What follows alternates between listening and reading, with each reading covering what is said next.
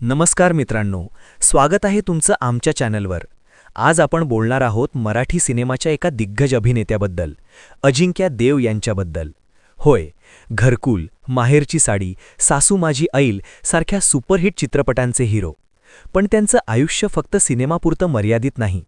त्यांचे बाळासाहेब ठाकरे आणि आनंद दिघे साहेब यांच्याशी इतके जवळचे संबंध होते की ते स्वतः म्हणतात, मी एकटा असा व्यक्ती आहे ज्याने दोघांनाही जवळून अनुभवले। आणि एकटा अशी वेळ आली जेव्हा ठाण्यात शिरणेही अजिंक्य देव यांच्यासाठी कठीण झाले होते, पण आनंद दिघे साहेबांच्या फक्त एका फोनमुळे सगळं संकट दूर झालं।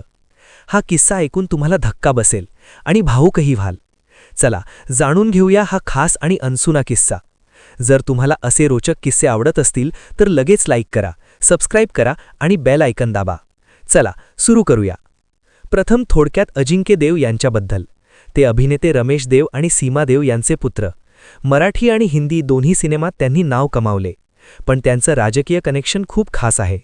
बाळासाहेब ठाकरे यांच्याशी त्यांचं नातं खूप जवळचं होतं। अजिंक्य देव साहेब म्हणतात, बाळासाहेबांशी आमचं नातं खूप विशेष होतं। मातोश्रीवर मी अनेकदा गेलो, त्यांच्याशी खूप चर्चा झाल्या। पण आजचा मुख्य किस्सा आहे आनंद दिघे साहेबांचा। दिघे साहेब हे ठाण्याचे बाळासाहेब म्हणून ओळखले जायचे। ठाण्यात त्यांचं प्रचंड वर्चस्व होतं। लोक त्यांना धर्मवीर म्हणतात, कारण त्यांनी शिवसेनेची ठाण्यात भक्कम पायाभरणी केली। एकदा अजिंक्य देव यांना ठाण्यात एक मोठं काम करायचं होतं। ते काम होतं प्रभात नावाचं मराठी चॅनल लॉन्च करणं किंवा त्यासंबंधित परवानगी सेटअप। काही मुलाखतीनुसार हे चॅनल सुरू करण्याचं काम होतं, पण त्या काळात ठाण्यात काही स्थानिक दबाव, राजकीय गटांचा विरोध किंवा इतर कारणांमुळे अजिंक्य देव यांच्यासाठी ठाण्यात प्रवेश करणं किंवा काम पुढे नेणं कठीण झालं होतं। अजिंक्य देव साहेब स्वतः म्हणतात, त्यावेळी ठाण्यात शिरणं माझ्यासाठी कठीण झालं होतं। ते खूप चिंतेत होते। मग त्यांनी थेट दिघे साहेबांना फोन केला। फोनवर त्यांनी सगळी परिस्थिती सांगितली। दिघे साहेब फोनवर फक्त इतकंच म्हणाले, मला फक्त 2 तास दे। अजिंक्य देव साहेब म्हणतात, मी साहेबांना सायंकाळी 6-7च्या सुमारास फोन केला होता आणि त्यांच्या या एका वाक्यानंतर फक्त 2 तासात साधारण 9:15च्या सुमारास संपूर्ण ठाण्यात प्रभात चॅनल सुरू झालं होतं। सगळे दरवाजे उघडले गेले, विरोध मिटला, काम पूर्ण झालं। हे ऐकून अजिंक्य देव अजूनही भावुक होतात।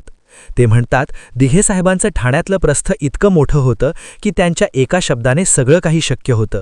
ते फक्त राजकारणी नव्हते, ते लोकांचे रक्षक होते। हा किस्सा दाखवतो की दिघे साहेब किती प्रभावी आणि मदत करणारे होते। अनेक लोकांच्या समस्या त्यांनी क्षणात सोडवल्या आणि अजिंक्य देव यांसारख्या सेलिब्रिटींनाही त्यांनी मदत केली। अजिंक्य देव पुढे म्हणतात, बाळासाहेब आणि दिघे साहेबांनी मराठी चित्रपटसृष्टीवर खूप प्रेम केलं। आमच्या देव कुटुंबावर त्यांची कृपा राहिली। राज आणि उद्धव ठाकरे यांचंही तेवढंच प्रेम आहे। मित्रांनो, आज धर्मवीर आणि धर्मवीर 2 सारख्या चित्रपटांमुळे आनंद दिघे साहेबांची आठवण पुन्हा ताजी झाली आहे। पण असा हा खरा किस्सा फार कमी लोकांना माहीत आहे। दिघे साहेबांचं निधन 2001 मध्ये झालं, पण त्यांची आठवण आजही जिवंत आहे। ते फक्त ठाण्याचे नेते नव्हते, तर ते भावनिक बंधन जोडणारी व्यक्ती होते।